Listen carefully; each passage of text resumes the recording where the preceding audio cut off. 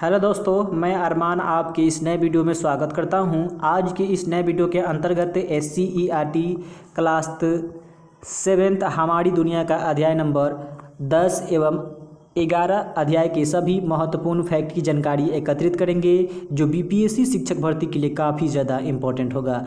इससे पहले यदि इसकी पूर्व अध्याय की वीडियो को आप नहीं देखे हैं तो प्लेलिस्ट में वीडियो है, एक बार अवश्य देखने का प्रयास करें। साथ ही यदि इसका आप नोट्स लेना चाहते हैं तो टेलीग्राम में जाकर डाउनलोड कर सकते हैं। अध्याय नंबर 10 हमारा है मानव पर्यावरण अंतःक्रिया अपना प्रदेश बिहार, यानी कि बिहार स्पेशल। ये काफ़ी महत्वपूर्ण वीडियो हो सकता है। आइए इसमें हम लोग समझते हैं पहला टॉपिक इसमें दिया गया है बिहार का चौहद्दी। पूरब में पश्चिम बंगाल है, पश्चिम में उत्तर प्रदेश यूपी है, उत्तर में नेपाल है और दक्षिण में झारखंड है। तो यहाँ से आप समझ सकते हैं मैप के माध्यम से, ये रहा आपका बिहार का पूरा मैप। इसके उत्तर में नेपाल, आपके पश्चिम में यूपी, दक्षिण में झारखंड और आपके पूरब में पश्चिम बंगाल है। अगला हमारा इसमें है कि बिहार की भौगोलिक स्थिति। बिहार राज्य मध्य गंगा के मैदान में स्थित है, जिसके उत्तर में नेपाल हिमालय और दक्षिण में प्रायद्वीपीय पठार है। इस प्रदेश में गंगा पश्चिम से पूरब की ओर बहती है।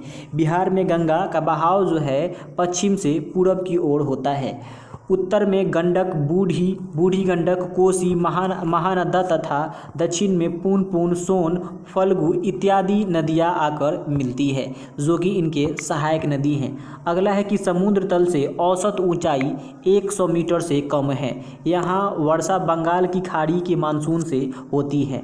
यहाँ लगभग 100 से 150 सेंटीमीटर जो है वर्षा होता है। अगला हमारा है कि जलवायु की दृष्टि से बिहार उष्णकटिबंधीय प्रदेश में आता है। यहाँ सघन जनसंख्या घनत्व है। अप्रैल के महीनों में वर्षा की हल्की फुहारें पड़ती है, जिसके कारण आम के फल तेजी से बढ़ने लगते हैं। इसे मैंगो सावर भी या अम्र वर्षा के नाम से जानते हैं। कृषि प्रदेश की समस्त भूमि लगभग 75% भाग कृषि योग्य है। यहाँ के 12% भाग बंजर भूमि के रूप में है। यहाँ कृषि मुख्यतः मानसून पर आधारित है। यह कृषि प्रधान राज्य है। यहाँ का व्यवसाय कृषि है। धान यहाँ की प्रमुख फसल है। बिहार के प्रमुख जिला भागलपुर किसके लिए प्रसिद्ध है? तो सिल्क उत्पादन के लिए प्रसिद्ध है। पूर्णिया में जूट का उत्पादन होता है। गया में सूती वस्त्र के लिए प्रसिद्ध है। मुंगेर में सिगरेट का कारखाना है। बरौनी में तेल शोधक कारखाना है। मुजफ्फरपुर एवं मोकामा में रेलवे वैगन प्लांट है। तो जमालपुर में रेलवे की कार्यशाला स्थापित है। खनिज के मामले में बिहार एक निधन राज्य है। दक्षिण बिहार के कुल जिलों में ही टीन तथा अभ्रक का कारखाना है। कैमूर की पहाड़ियों में चूना पत्थर, बालू पत्थर और पैराइट्स भी मिलते हैं। 22 मार्च 1912 में बिहार राज्य की स्थापना हुई। इसी दिन को बिहार दिवस के रूप में प्रतिवर्ष मनाया जाता है। अगला हमारा है कि उपोष्ण जलवायु एवं मैदानी भाग होने के कारण चावल, गेहूं, दाल, हरी सब्जियां, आलू मुख्य भोज्य पदार्थ है। बिहार का महापर्व छठ पूजा है, जो पूरे प्रदेश में श्रद्धा और उल्लास से मनाया जाता है। सिखों के गुरु गोविंद सिंह का जन्म बिहार के पटना यानी कि उसकी राजधानी में हुआ था, पटना सिटी में। बरसात में तैयार होने वाले लिट्टी चोखा, गर्मी में सत्तू और दही चूड़ा प्रिय भोजन है। बिहार की मधुबनी पेंटिंग, यह मिथिला से उभरी पेंटिंग की यह कला जिसमें प्राकृतिक रंगों एवं प्रतीकों का इस्तेमाल किया जाता है। बिहार में बक्सर का चौसा है। बेतिया का डंका काफ़ी प्रसिद्ध है, वो बिहार से ही है। दीघा का दूधिया मालदे आम ये किसके लिए प्रसिद्ध है? बिहार से ही है। भागलपुर का जर्दालू आम। अगला हमारा है कि मधुबनी पेंटिंग जुड़ी है मिथिला क्षेत्र से। जमालपुर में अवस्थित है रेलवे कार्यशाला।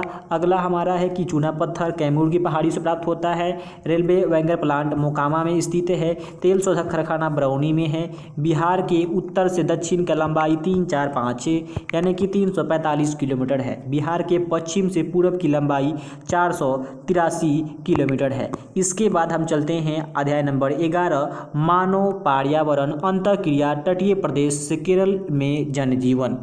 केरल के बारे में हम लोग समझेंगे, यानी कि ये केरल स्पेशल हो सकता है। केरल प्रदेश भारत के पश्चिमी तट पर एक लंबी संकीर्ण पट्टी के रूप में फैला है। लंबी संकीर्ण पट्टी के रूप में फैला हुआ है। इसके पूर्वी दिशा में पश्चिमी घाट यानी कि नीलगिरी की और अन्नामलाई की पहाड़ियाँ हैं। पश्चिम दिशा में अरब सागर है। इसके पश्चिम दिशा में अरब सागर है। यह एक संकरा तटीय मैदान है जिसकी अधिकतम चौड़ाई 100 किलोमीटर है। यहाँ का अधिकांश मैदानी क्षेत्र नदियों द्वारा बहाकर लाई गई मिट्टी के जमाव से बना है। इसके 3 भाग हैं। चित्र के माध्यम से हम लोग समझ सकते हैं, ये नदियों के द्वारा लाई गई, ये जो है 3 इसका भाग यहाँ पे दिखाया गया है। पहला भाग, दूसरा भाग और तीसरा भाग।